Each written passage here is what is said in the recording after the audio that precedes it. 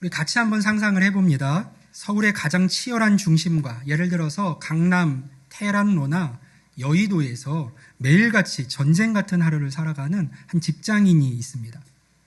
그는 최고의 대학을 나왔고 모두가 선망하는 직장에서 누구보다 열심히 일하면서 성과를 내고 있습니다. 그의 정체성은 그의 성과와 평판에 단단히 묶여 있죠. 그는 성공가들을 달리고 있지만 문득문득 밀려오는 깊은 공허감과 인간관계의 피로감에 지쳐갑니다. 그래서 무언가 다른 것을 찾아봅니다. 동호회에 가입을 해보지만 그건 역시 서로의 피로를 채우기 위한 또 다른 형태의 네트워킹일 뿐입니다. 인문학 강좌나 명상 클래스에 가봐도 결국은 나의 성장과 나의 만족을 위한 자기 개발의 연장선에 불과하고요. 그러다 어느 날 그가 우연히 우리 교회 문을 열고 들어왔습니다. 그는 궁금합니다. 이곳도 결국 다른 모임들과 똑같은 곳 아닐까? 서로의 피로를 채워주고 마음의 위안을 얻고 더 나은 나를 만들기 위한 또 하나의 자기개발 프로그램 같은 것은 아닐까? 세상은 교회를 향해서 바로 이 질문을 던지고 있습니다. 교회가 정말 세상과 다른 곳이라면 그 차이가 무엇이냐고 말이에요. 베드로는 소아시아에 흩어져 살던 그리스도인들에게 이 편지를 썼습니다. 그들은 이방 땅에서 소수로 살아가야 했습니다. 로마 제국의 시민들과 함께 살면서도 그들과는 다른 가치관으로 다른 목적을 위해서 살아야 했던 사람들이었죠. 그들에게도 아마 끊임없이 질문이 던져졌을 겁니다. 너희가 우리와 뭐가 다르냐? 너희만의 특별함이 도대체 무엇이냐? 베드로는 그들에게 분명하게 오늘 답합니다. 본문 2장 9절 말씀을 보면요.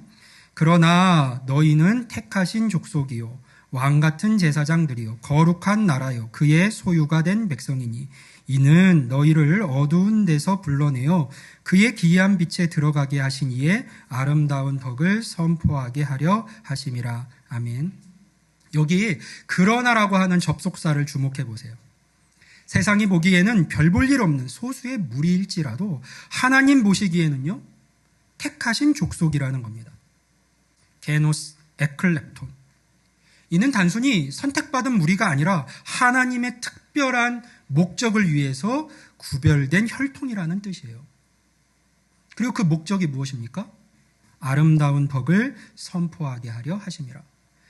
아름다운 덕이라고 번역된 헬라어 아레테는요, 단순한 도덕적 미덕을 말하는 단어가 아닙니다. 이는 하나님의 탁월하신, 하나님의 영광스러운 성품을 의미합니다. 그러한 덕을 선포하게 하려 하심이라는 것이죠.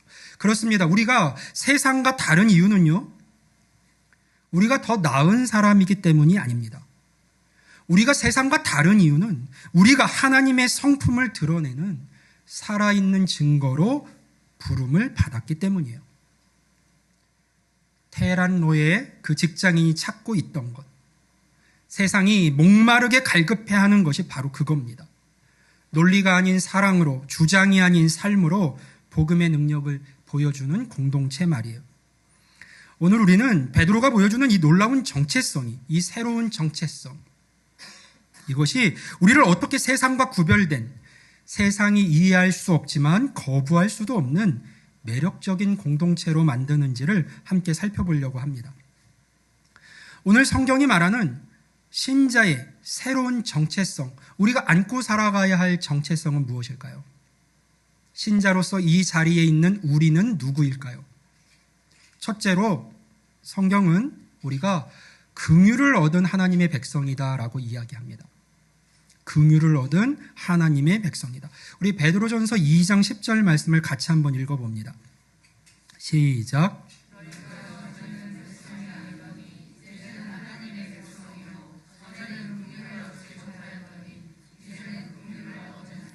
아멘. 이 구절은요, 구약의 호세아서 2장에 있는 말씀을 가져온 표현이거든요. 호세아의 아내 고멜이라고 있었어요. 하나님께서 그녀를 아내로 품으라고 했어요. 함께하게 되었는데 나가서 다른 남자를 만납니다. 낙심하고 있는 호세아에게 하나님께서 그를 또다시 품으라고 하십니다. 또다시 나가서 다른 남자를 만납니다. 그런데 그녀를 또다시 사랑으로 품으라고 하십니다. 이 과정을 통해서 하나님은 끊임없이 우상을 숭배하며 자신을 떠났던 이스라엘을 다시 품는 그 하나님의 마음, 하나님의 사랑을 드러내 보여주신 것이죠. 그리고 호세아서의 마지막 장인 14장 4절에서 하나님은 이렇게 말씀을 하십니다. 내가 그들의 반역을 고치고 기쁘게 그들을 사랑하리니 나의 진노가 그에게서 떠났음이니라. 아멘. 이스라엘 백성은요, 우리 고멜이 아이들을 낳거든요. 아이의 이름은 로암미였어요. 내 백성이 아니라는 뜻입니다.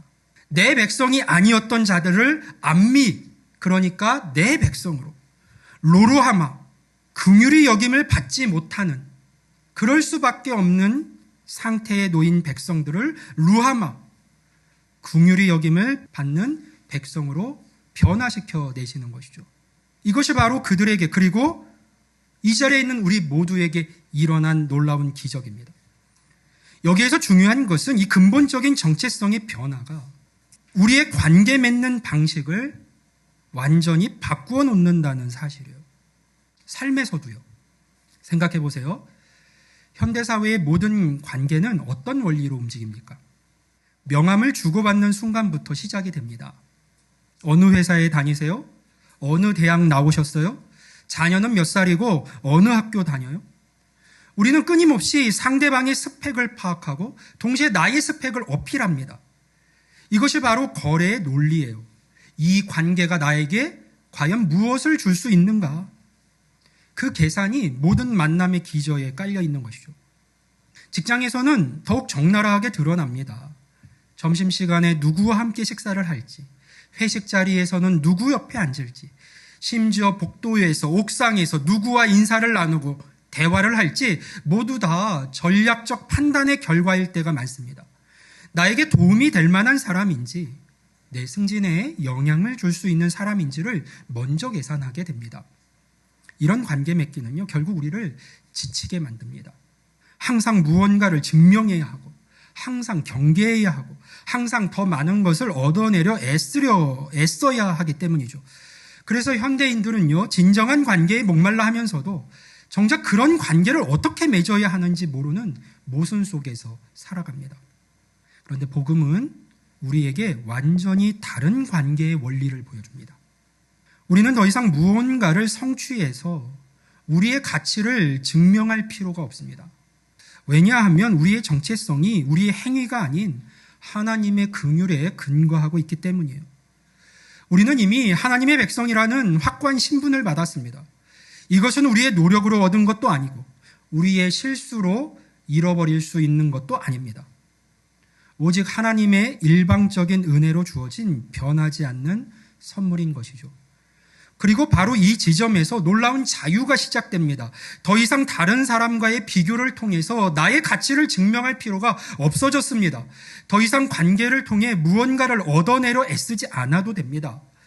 그리스도 안에서 우리는 이미 하나님의 온전한 사랑과 인정을 받았기 때문에 다른 사람들의 인정에 굶주릴 필요가 없습니다. 이 복음이 주는 깊은 안정감과 만족감 속에서 우리는 비로소 다른 사람을 위해 아무런 대가 없이 나를 내어줄 수가 있습니다. 이것이 바로 은혜의 논리예요. 거래가 아닌 은혜로 움직이는 관계. 이것이 바로 복음이 만들어내는 하나님의 새로운 가족, 새로운 공동체의 모습입니다. 그런데 이 은혜의 논리가 단지 우리 개인의 마음을 편안하게 하는데 그치지 않아요.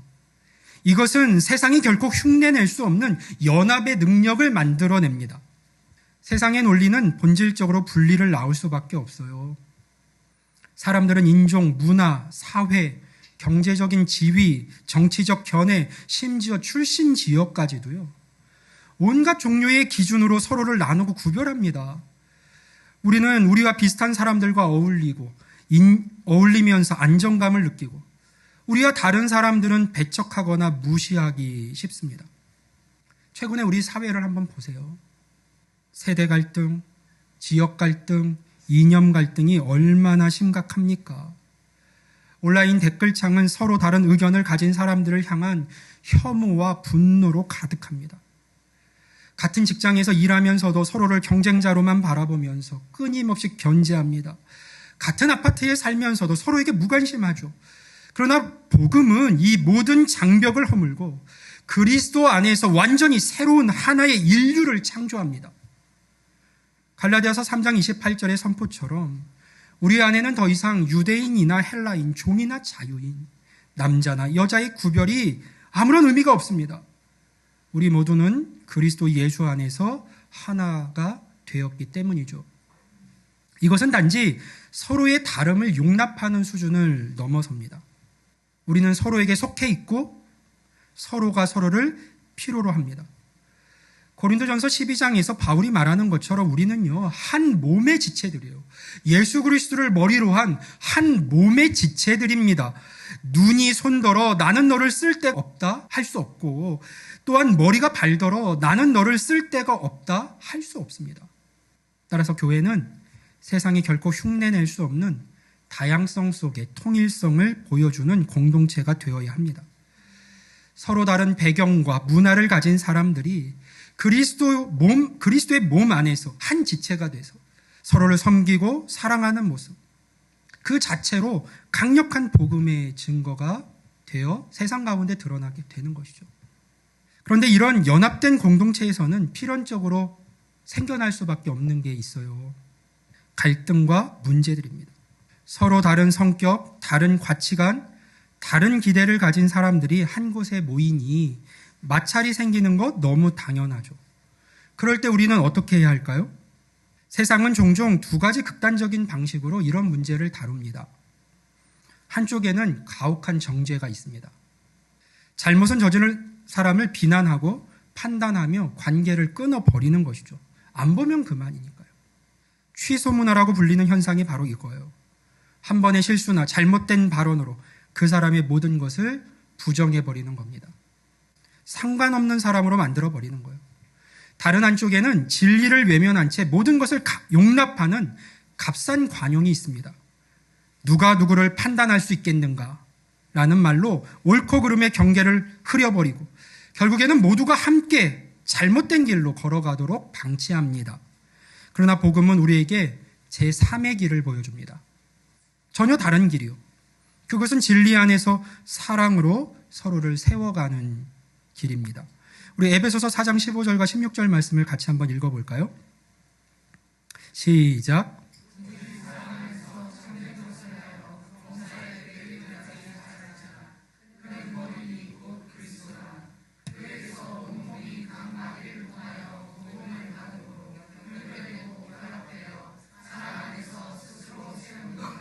아멘. 오직 사랑 안에서. 다른 방법이 있어요, 없어요? 다른 방법은 없는 겁니다. 마지막도 보세요. 예수 안에서 온몸이 각마디를 통해서 도움을 서로 받음으로 연결되고 결합돼서 혼자 설 수 있어요? 안 돼요.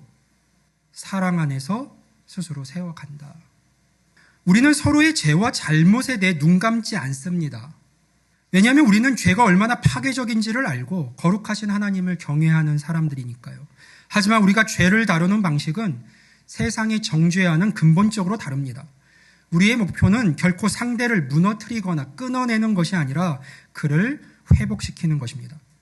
갈라디아서 6장 1절은 이렇게 권면을 합니다. 형제들아, 사람이 만일 무슨 범죄한 일이 드러나거든 신령한 너희는 온유한 심령으로 그러한 자를 바로잡고 너 자신을 살펴보아 너도 시험을 받을까 두려워하라. 아멘. 우리는 온유함과 겸손함으로 서로에게 다가가야 합니다. 우리는 모두가 하나님의 자비로만 서 있는 죄인임을 알고 또 기억하기에 결코 다른 사람 위에 군림하려 하지 않습니다. 이처럼 거래가 아닌 은혜로, 분리가 아닌 연합으로, 정죄가 아닌 사랑 안의 진리로 관계를 맺어가는 공동체의 모습이야말로 세상이 목마르게 찾고 있는 진정한 하나님 나라의 모습입니다.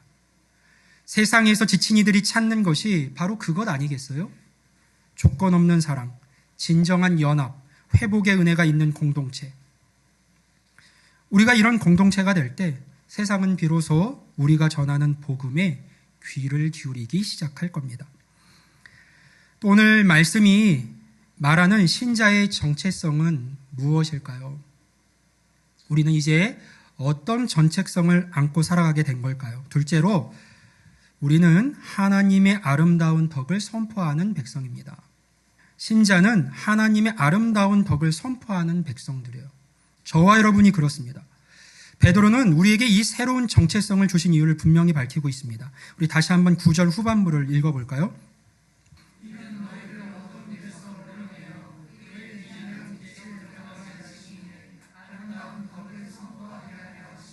아멘. 여기서 선포하게 하려 하심이라는 표현을 주목해 보세요. 헬라어로 이 말은 엑사겔로라고 하는 말인데 밖으로 전한다, 공개적으로 알린다라는 뜻을 가지고 있습니다. 공개적으로요. 그러니까 우리는 단지 하나님의 자녀가 되는 특권만을 받은 게 아닌 것이죠. 그분의 성품을 세상에 공개적으로 드러내는 사명도 함께 받았습니다. 결국 이 말씀은 오늘 우리에게 묻는 겁니다. 신자로 살아가는 당신은 무엇을 위해 살고 있는가? 지금 당신은 무엇을 위해 살고 있는가? 현대를 살아가는 우리들의 솔직한 마음을 들여다보면 대부분 한 가지 목적을 향해 달려가는 것 같습니다. 바로 나 자신의 행복과 성취예요. 더 나은 직장, 더 안정된 수입, 더 편안한 노후, 더 성공한 자녀. 이것들이 우리 삶의 최종 목표가 되어 있습니다. 워라벨이라는 단어가 유행하는 것도 같은 맥락이죠. 물론 균형 잡힌 삶 자체는 좋은 겁니다. 하지만 그 기저에 일은 내 행복을 위한 수단이어야 하고 내 개인적 만족이 최우선이어야 한다는 철학이 깔려 있을 때 그것은 또 다른 형태의 자기중심적 사고, 나만을 위한 인생이 되어버립니다. 놀랍게도 이런 삶의 목적은 결국 우리를 깊은 공허함으로 이끈다는 거예요. 왜 그럴까요? 왜냐하면 우리는 사실상 그보다 훨씬 더 큰 목적을 위해 지음받은 사람들이기 때문에 그렇습니다. 잘못된 목적의 방향을 향해서 나아가다 보니까 마음에 공허가 찾아올 수밖에 없는 것이죠. 베드로는 우리에게 완전히 다른 삶의 목적을 보여줍니다. 우리는 우리 자신의 아름다움이 아니라 하나님의 아름다운 덕을 선포하기 위해 부름받았다는 거예요. 우리의 만족이 아니라 하나님의 영광을 위해 존재한다고 성경은 길을 보여줍니다. 이 말이 무엇을 의미하는 걸까요? 우선 이것은 우리가 세상의 안락함을 추구하는 것을 멈추고 기꺼이 십자가의 길을 선택한다는 의미입니다. 예수님은 우리에게 누구든지 나를 따라오려거든 자기를 부인하고 날마다 제 십자가를 지고 나를 따를 것이니라 라고 말씀을 하셨습니다. 이것은 일부 특별한 사명자들에게만 주어진 부르심이 아닙니다. 모든 그리스도인들에게 주어진 기본적인 삶의 방식이고 삶의 방향이에요. 현대의 헬스케어 산업을 한번 보세요. 다 누구를 위한 겁니까? 나를 위한 거예요. 더 건강한 몸, 더 아름다운 외모, 더 젊은 피부를 위해서 천문학적인 돈이 투자됩니다. 물론 건강을 돌보는 것 자체는 중요합니다. 하지만 그 모든 것의 목적이 오직 나를 위한 것이라면 그것은 결국 또 다른 형태의 우상숭배가 됩니다. 그러나 하나님의 아름다운 덕을 선포하기 위해 부름받은 우리는요, 다른 질문을 하게 됩니다. 이 건강과 시간과 재능을 어떻게 하나님의 영광을 위해서 사용할까? 이 은사와 능력을 어떻게 다른 사람들을 섬기는 데 활용할까? 더 나아가 이것은 우리가 우리 자신의 왕국이 아닌 하나님의 나라를 건설한다는 의미이기도 합니다. 하나님의 아름다운 덕을 선포하며 살아간다는 것은요, 세상의 목적이 자기 자신의 행복이라면 그 목적을 이루기 위한 방법은 결국 자신만의 작은 왕국을 건설하는 것입니다. 내 이름, 내 성공, 내 영향력을 높이기 위해서 주변의 모든 관계와 자원을 동원하는 것이죠. 하지만 우리는 하나님 나라, 다른 나라의 시민입니다. 우리는 하나님의 나라의 백성으로서 그 나라의 확장을 위해서 살아갑니다. 시편 67편 2절이 노래하는 것처럼 하나님은 우리에게 복을 주시는 이유가 주의 도를 땅 위에, 주의 구원을 모든 나라에게 알리기 위함이라고 하셨어요. 이것은 우리의 모든 활동이 이 하나의 목적, 그러니까 모든 민족 가운데 하나님의 영광을 선포하는 것으로 귀결되어야 함을 의미합니다. 최근에 사회적 기업이나 임팩트 투자라는 개념들이 주목을 받고 있거든요. 단순히 이익만을 추구하는 게 아니라 사회에 긍정적인 영향을 미치려는 기업들이 늘어나고 있는 겁니다. 좋은 현상이죠. 그러나 이건 역시도 가만히 들여다보면 여전히 인간 중심적인 관점에서 출발을 하는 거예요. 그러나 우리는 더 근본적인 질문을 해야 하는 것이죠. 단순히 사회를 이롭게 한다를 넘어서서 이 일을 통해서 하나님의 성품이 드러나는가? 이 사업이 하나님 나라의 확장에 기여하는가? 믿는 자들은요, 우리의 모든 선택과 결정이 이 기준에 의해서 평가되어야 하는 겁니다. 이것은 우리가 세상에 동화되는 삶이 아니라 세상을 변화시키는 삶을 산다는 의미입니다. 마태복음 5장에서 예수님은 우리를 세상의 소금이요 세상의 빛이라고 부르셨어요. 우리가 어떻게 하나님의 그런 아름다운 덕을 선포할 수 있을까? 세상의 소금과 빛으로 살아갈 때요. 소금은 썩어가는 것을 방부하고 빛은 어둠을 몰아냅니다. 그런데 소금이 맛을 잃어버리면 무엇으로 짜게 하겠습니까? 빛이 등경 아래 감추어져 있으면 집안을 어떻게 밝힐 수가 있겠습니까? 현재 한국교회의 안타까운 현실 중 하나는 세상과 구별되지 않는다는 점입니다. 교회 안에서도 물질주의, 성공주의, 개인주의가 만연합니다. 세상 사람들이 교회를 바라보면서 도대체 그들이 우리와 뭐가 다른가? 라고 묻는 것은 결코 우연이 아닙니다. 그러나 우리가 정말로 어둠에서 이제 기이한 빛에 들어온 사람들이라면 우리의 삶의 방식 자체가 세상에 질문을 던지고 또 우리의 삶을 보면서 세상이 질문을 가져야만 합니다. 왜 그들은 고난 속에서도 기뻐하는가? 왜 그들은 손해를 보면서도 다른 사람을 섬기는가? 왜 그들은 자신을 미워하는 자들을 위해서 기도하는가? 세상의 논리로는 도무지 설명되지 않는 우리의 삶의 방식 자체가 사람들의 마음속에 질문을 던지기 시작할 때 우리가 전하는 복음은 비로소 능력이 될 수 있는 것이죠. 2018년 평창 동계올림픽 때 전 세계인들의 마음을 움직인 한 장면이 있어요. 캐나다의 피겨스케이팅 선수들이 모든 경기가 다 끝난 후에 링크를 청소하는 자원봉사자들에게 깊이 감사 인사를 하는 모습이었어요. 그들의 겸손하고 진실한 태도가 미디어를 통해서 전파되면서 많은 사람들이 감동을 받았습니다.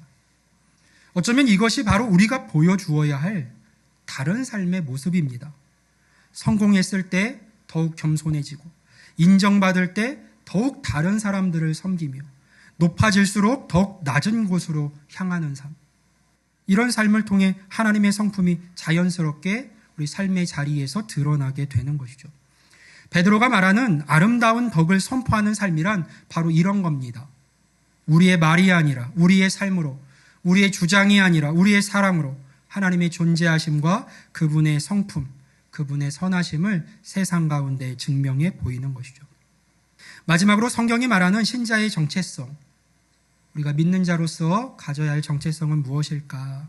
셋째로 우리는 세상에서 선한 행실을 가지는 백성들입니다. 신자는 어떤 자들인가? 세상에서 선한 행실을 가지는 자들이요. 우리 성경 말씀 봅니다. 베드로전서 2장 11절과 12절 말씀을 같이 봅니다. 제가 한 절 읽고 12절 여러분들이 읽겠습니다.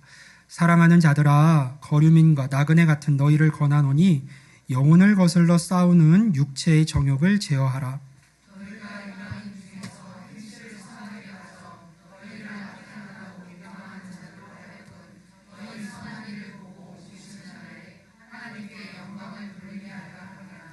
아멘. 자, 보세요. 베드로가 우리를 믿는 자들을 어떻게 지칭하는지 보세요. 베드로는 우리를 거류민과 나그네라고 부릅니다. 둘 다 일시적 거주자를 의미해요. 그러니까 이곳이 우리의 영원한 집이 아니라는 겁니다. 우리는 이 세상에 발을 딛고 살아가지만 하나님 나라의 시민으로서 다른 가치관을 가지고 살아갑니다.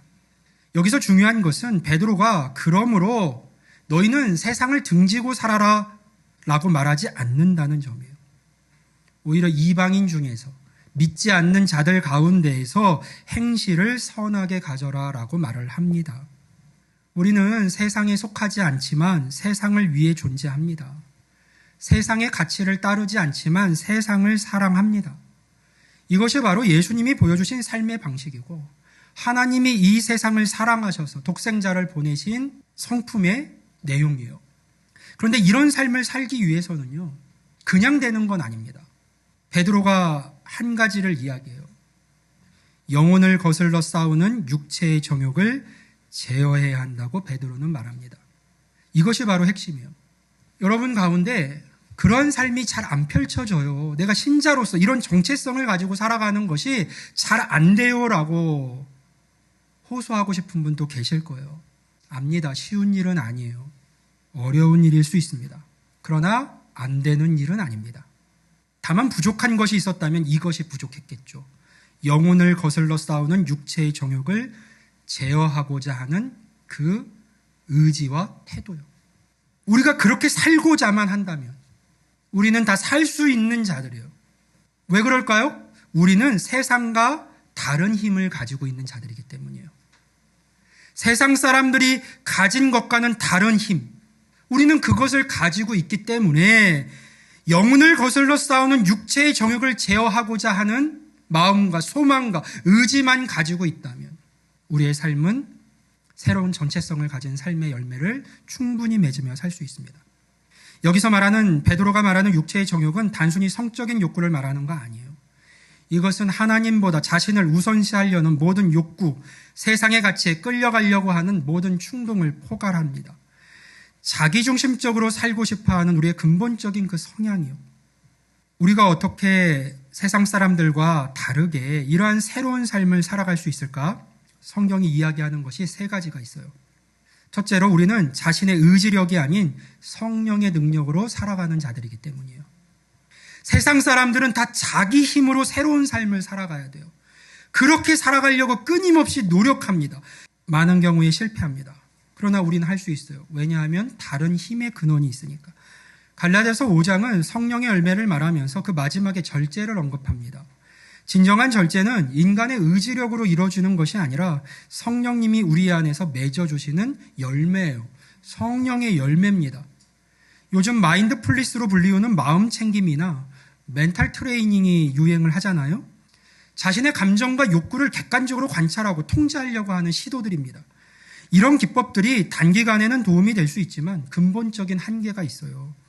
여전히 내가 나를 바꾸려고 하는 노력이기 때문에요. 그러나 성령의 능력은 다른 겁니다. 성령님은 우리를 외부에서 압박하시는 것이 아니라 우리 안에 거하시고 함께 하시면서 우리의 마음 자체를 변화시켜 가십니다. 그래서 우리가 원하는 것이 바뀌고 우리가 기뻐하는 것이 달라지고 우리가 추구하는 것이 새로워집니다. 억지로 욕구를 누르는 것이 아니라 더 좋은 것을 성령 안에서 맛보게 되면서 자연스럽게 나쁜 것들을 멀리하게 되는 것이죠. 필요한 건 뭡니까? 우리 안에서 올라오는 그런 욕망들을 제어하려고 하는 의지요. 그리고 기도하는 거예요. 성령님 도와주세요. 여러분 진짜로 그렇게 해보세요. 성경의 가치와 다른 하나님의 성품과 다른 것들이 올라올 때, 세상의 가치가 나를 사로잡고 뒤흔들려고 할 때 세상 사람들과는 다른 이 힘을 한번 의지해 보세요. 성령님 도와주세요. 그 말 한마디라도 떼어보세요. 우리 안에서 역사하시는 성령님이 내가 새로운 삶을 살아갈 수 있도록 도우실 겁니다. 둘째는요, 우리가 그런 삶을 살아갈 수 있는 이유는 우리가 세상의 조언이 아닌 하나님의 말씀을 쫓는 자들이기 때문이에요. 서점에 가면 어떻게 살 것인가에 대한 수많은 책들이 있습니다. 성공한 CEO들의 자서전, 심리학자들의 조언, 철학자들의 통찰, 다 나름의 가치가 있는 것들이에요. 그러나 거기에는 인간의 지혜가 담겨 있고 모든 인간의 지혜에는 한계가 있습니다. 시대가 바뀌면 진부해지고 상황이 달라지면 사실상 적용하기가 어렵습니다. 무엇보다 그 모든 조언들이 인간의 번영을 최종 목표로 하고 있기 때문에 우리가 추구해야 할 하나님의 영광과는 방향이 애초에 다릅니다. 하지만 하나님의 말씀은 어제나 오늘이나 영원토록 동일합니다. 2000년 전 소아시아의 그리스도인들에게 주어진 이 말씀이 오늘 우리에게도 여전히 살아있는 능력으로 역사합니다. 하나님의 말씀은 단순히 정보를 주는 것이 아니라 우리를 실제로 변화시키는 힘이 있으니까요. 많은 사람들이 오디오북이나 온라인 강연이나 팟캐스트에 집중하죠. 분명 의미가 있지만 우리의 본성까지 바꾸지는 못합니다. 그러나 하나님의 말씀은 달라요. 히브리서 4장 12절이 말하는 것처럼 하나님의 말씀은 살아있고 활력이 있어서 좌우의 날선 어떤 검보다도 예리합니다. 그래서 우리의 혼과 영과 관절과 골수, 우리의 심령을 쪼개기까지 하고 우리의 마음과 생각과 뜻을 판단하며 참된 변화의 길로 이끌어갑니다. 하나님의 말씀은 우리를 진단하고 치료하며 새롭게 창조하는 능력이 있는 것이죠. 그 말씀을 의지하며 그 말씀을 쫓으며 그 말씀을 따르고자 할 때 누가요? 우리 스스로. 우리는 새로운 정체성으로 이 땅을 살아갈 수 있습니다. 또 우리가 그러한 삶을 살아갈 수 있는 이유는 우리가 자기 과시가 아니라 하나님과 동행하는 예배와 기도의 사람들이기 때문이에요. 현대사회의 특징 중 하나는 모든 것이 다 전시의 대상이 된다는 거죠. SNS는 우리의 일상을 끊임없이 남들에게 보여주는 무대가 되었습니다. 운동하는 모습들, 독서하는 모습, 봉사하는 모습까지도 다 인증샷의 소재가 됩니다. 심지어 신앙생활조차 이런 과시의 도구가 될 위험이 있겠다라는 생각이 듭니다. 큐티를 인증하고 새벽 기도를 인증하고 봉사를 인증하고 물론 서로 격려하고 도전받는 것은 좋은 것이고 공동체 안에서 필요한 겁니다. 함께하는 거 의미 있어요. 하지만 그 동기가 그저 다른 사람들에게 보이기 위한 것이라면 그것은 예수님이 경고하신 바리새인들의 위선과 크게 다르지 않습니다. 진정한 영적 능력은 보이지 않는 곳에서 하나님과의 깊은 사귐을 통해서 길러집니다. 아무도 보지 않는 기도의 시간에 혼자만의 묵상, 은밀한 곳에서의 눈물 어린 회개, 이런 시간들을 통해서 우리는 하나님의 임재를 경험하고 그분의 마음을 품게 되며 그분의 능력을 덧입게 됩니다. 예수님도 내가 기도할 때에는 내 골방에 들어가서 문을 닫고 은밀한 중에 계신 내 아버지께 기도하라고 말씀을 하셨습니다. 기도는 사역을 위한 준비가 아니라 그 자체가 하나님의 일이에요. 예배는 우리의 감정을 만족시키기 위한 것이 아니라 하나님의 영광을 보는 겁니다.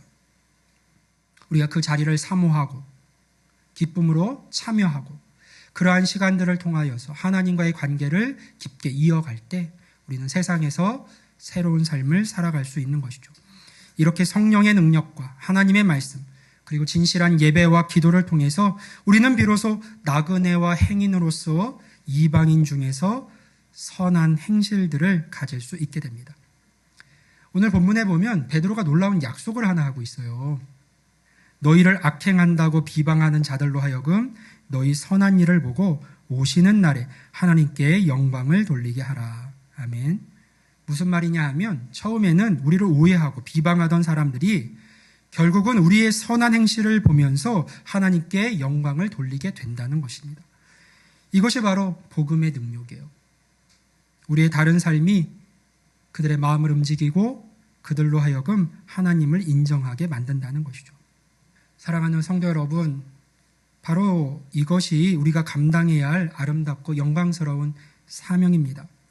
세상의 힘이 아닌 하나님의 능력으로, 세상의 지혜가 아닌 하나님의 말씀으로, 세상의 방식이 아닌 하나님과의 깊은 사귐으로 살아가는 것. 그럴 때 우리는 비로소 세상이 감히 흉내낼 수 없는 하나님의 아름다운 덕을 선포하는 살아있는 증거가 되는 것이죠. 오늘 우리는 베드로를 통해서 놀라운 진리를 확인했습니다. 설교를 시작하면서 말씀드린 그 테란노, 직장인의 질문을 기억하시나요? 교회가 세상과 뭐가 다른가요? 이제 우리는 확신 있게 대답할 수 있습니다. 우리가 전에는 백성이 아니었으나 이제는 하나님의 백성들이 된 사람들입니다. 이 근본적인 정체성의 변화가 우리로 하여금 거래가 아닌 은혜로, 분리가 아닌 연합으로, 정죄가 아닌 진리 안의 사랑으로 관계를 맺는 새로운 가족 공동체로 만들어준 것이죠. 또 우리는 어둠에서 불러내어 기이한 빛에 들어가게 하신 이에 아름다운 덕을 선포하기 위해서 부름받은 사람들입니다. 그게 저와 여러분의 정체성이에요. 더 이상 우리 자신의 안락함이나 성취를 위해 살지 않고 오직 하나님의 영광이 모든 민족 가운데 알려지는 그 위대한 목적을 위해서 우리는 살아갑니다. 그리고 우리는 나그네와 행인으로서 이방인 중에서 선한 행실을 가지는 사람들입니다. 이 모든 것이 우리의 능력으로 되는 것이 아니라 성령의 능력과 하나님의 말씀과 하나님의 깊은 사귐을 통해서 가능하게 됩니다. 그걸 꼭 기억하세요. 그리고 이 세 가지가 조화롭게 어우러질 때 우리는 세상이 이해할 수 없지만 거부할 수도 없는 매력적인 공동체로 드러나게 될 겁니다. 세상의 논리로는 설명되지 않는 우리의 사랑과 연합과 희생이 사람들의 마음속에 질문을 던지기 시작하고 그들로 하여금 결국 하나님께 영광을 돌리게 만드는 것이죠. 근데 이 모든 말씀을 들으면서 우리가 한 가지 중요한 사실을 기억해야 합니다. 이 놀라운 부르심과 이 영광스러운 사명이 과연 어디서부터 시작되는가 하는 거예요. 이것을 놓쳐버리면 우리가 지치거나 다른 길로 갈 수 있거든요.